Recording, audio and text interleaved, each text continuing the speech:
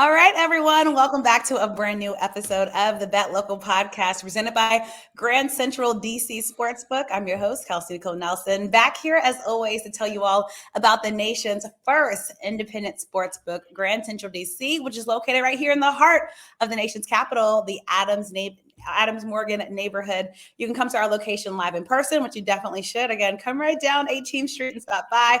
Or you can vibe out with us online and join us right online, grandcentraldcsportsbook.com. As always, I've got my betting extraordinaire, one of the best in the game to do it, a guy that can win you big money, folks. So make sure you remember that name, none other than Corey Parson. He's joining me to break down this weekend's games. Corey, let's start in the college football world. We know we love us a college football Saturday. We got a big game in the Pac-12. It's been a lot of eyes this season on the Pac-12, of course, with the addition of Colorado. But we have Oregon traveling to take on Washington to take on the Cougars. So finally, not talking about Deion Sanders and that Colorado team in the Pac-12, Corey, but looking at this game, I know this is a hot one. I know Washington has been a team a lot of people have been really high on, Corey, this season, even though I don't think they're going to be in the national media play, but tell me what you like in this one. No, this is a big one right here, Kelsey. You know what I'm saying? We are up in the upper echelon of the Pac-12, and the Pac-12 was a loaded conference this year. Yes. But it starts with this matchup right here between Washington and Colorado.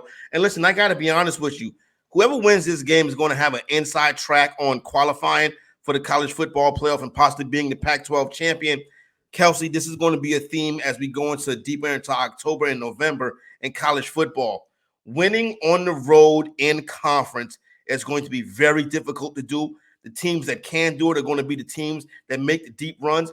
And listen, as much as I love Oregon, and listen, Bo Nix has been playing football since before the pandemic, Kelsey. You know what I'm saying? He's almost become like an 80s baby at this point. Man, the forever college quarterback. But here's the deal. On the road this weekend in Washington, the way Michael Penix Jr. is playing right now, Penix Jr., shortest odds to win the Heisman Trophy. I'm going to lay the 3 with Washington. I think it's a big-time game. I think it's super-duper exciting. I think it comes down to the final moments, but I like Washington to get the win in this one. So go Michael Penix.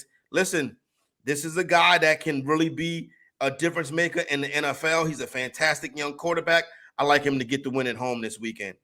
All right, Corey. Well, the other big matchup happening in college is taking place in South Bend this weekend, featuring Heisman Trophy winner, also I know one of the favorites to win it again this season. And he's one of our guys, Corey, a guy from the area, as we like to say here in DC, none other than Caleb Williams. Taking on, of course, who was leading the USC Trojans against Notre Dame. All right. And we know Notre Dame is not an easy place to go in and win. But tell me what you like in this one as they go to face the Fighting Irish. Who do you like? Yeah, no, this is going to be a goodie right here. Primetime matchup. You know what I'm saying? The National Broadcast Company, they're going to bring out all their stars for this all one. The work. And why not? You know what I'm saying? You got reigning Heisman Trophy, Caleb Williams, one of our homies right there in the DC area, right? And then, listen, they're going out to South Bend, touchdown Jesus, you know what I'm saying? The Gold Domes, Notre Dame, and everything they got going on out of there. Now, I love Williams and USC, but I got to be honest. Since that first half versus Colorado, Kelsey, they have not looked like the same team since then. 100% correct. Struggled that back into that game, struggled last weekend. But here's the deal. Notre Dame has 2 losses already, so they're kind of out of the college football playoff race. But they're playing spoilers now. So listen, I think Notre Dame gets it done this week. I'll lay the 2.5 with Notre Dame. Take them on the money line, whatever you want to do. I think Notre Dame wins the game straight up. So give me the Fighting Irish rebounding after that loss last week in their home building. I'm going with Notre Dame to get it done. Sam Hartman should raise his Heisman profile. Caleb Williams may take a little hit, but I still think he's a solid candidate. Yeah, one of the solid favorites to win it again for him, which would be obviously an incredible feat for the young quarterback. All right, Corey. So keeping it with football, let's turn the page to Sunday in the NFL, where the Commanders are looking to bounce back from last week's. Corey, that was just bad. That primetime loss to the Chicago Bears, handing Chicago the first win of the season. This week, they're traveling down to the A. I know a lot of Commanders fans are heading down there, by the way, so safe travels to all of you heading down and watch the Commanders. They got 3 straight losses, Corey, the DC team here, and they're heading to Atlanta as a 2.5-point underdog. Tell me, do you like the Commanders in this one? Well, here's the deal, right? Obviously, embarrassing loss last week, getting booed off their home field. You know what I'm saying? Kind of felt like those days were behind the Washington Commander fan, but it seems like they're ahead of you as well. But Kelsey, I'm still optimistic about this team. Let me tell you something. The hardest thing to do in sports betting is to forget what your eyes just saw. And you just saw the Washington Commanders get embarrassed left hand up in their home building, right? Yeah. No left hands was being shot up in the air. No, and people was no exiting, hands in there. Yeah, no hands. People were exiting early. You know what I mean? Let's go Bears chant raining down. But guess what? I think there's a silver lining. I think a trend is forming where we're starting to see the Commanders play better as a road team than as a home team. This because they got embarrassed by the Bills at home, and as you said, by the Bears then at home. But they gave the Eagles a knockout almost, in Philadelphia. There you go. I think this team is going to compete better on the road. Yeah. No real home field advantage for Atlanta. Like you said, Commander fans will probably take over that building this weekend. Go out there and enjoy yourself, everybody. But here's the deal. Give me the Commanders catching the 2.5 point. And I like Washington to win the game outright. Listen, Atlanta got a clutch home victory down the stretch at the wire last weekend. I think it's a close game again this weekend, but I think the Commanders pull it out. Give me Washington with the 2.5 and sprinkle the money line. You look at that. Yeah, I don't have Washington losing 4 in a row. Not when we got Magic Johnson sending tweets after games and Aaron B on that offensive sideline. So I have them bouncing back as well, Corey. All right, Corey. So the other big game that folks want to talk about, let's head out to Cincinnati. We're going to Cincy where the Bengals, and this has been a team I think that's kind of been surprising this season. They're looking to fight back in the AFC North race, right? Because we know Baltimore and Steelers just played, which was one of the wonkiest games, Corey, that I've ever seen in my life. If you watch the game, you know exactly what I'm talking about. But we know this week the Bengals are hosting the Seattle Seahawks as 2.5-point favorites. Tell me who you like in this matchup. One of the trends that we've seen develop early so far this season, Kelsey, when you look at ATS and sports betting stats, is that road underdogs have been performing well. Obviously, you just talked about the Commanders as a spot as a road underdog. And this week you get Pete Carroll as a road dog. I love it, love it, love it. I think, once again, people are going to say, okay, the Bengals look good last week. They're back. You know what I'm saying? They're going to fight back in that AFC North race. Table those expectations right now.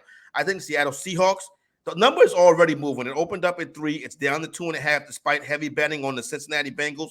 So I take Pete Carroll and the Seattle Seahawks to win the game outright. Give me the Seahawks in this one right here, Kelsey. All right.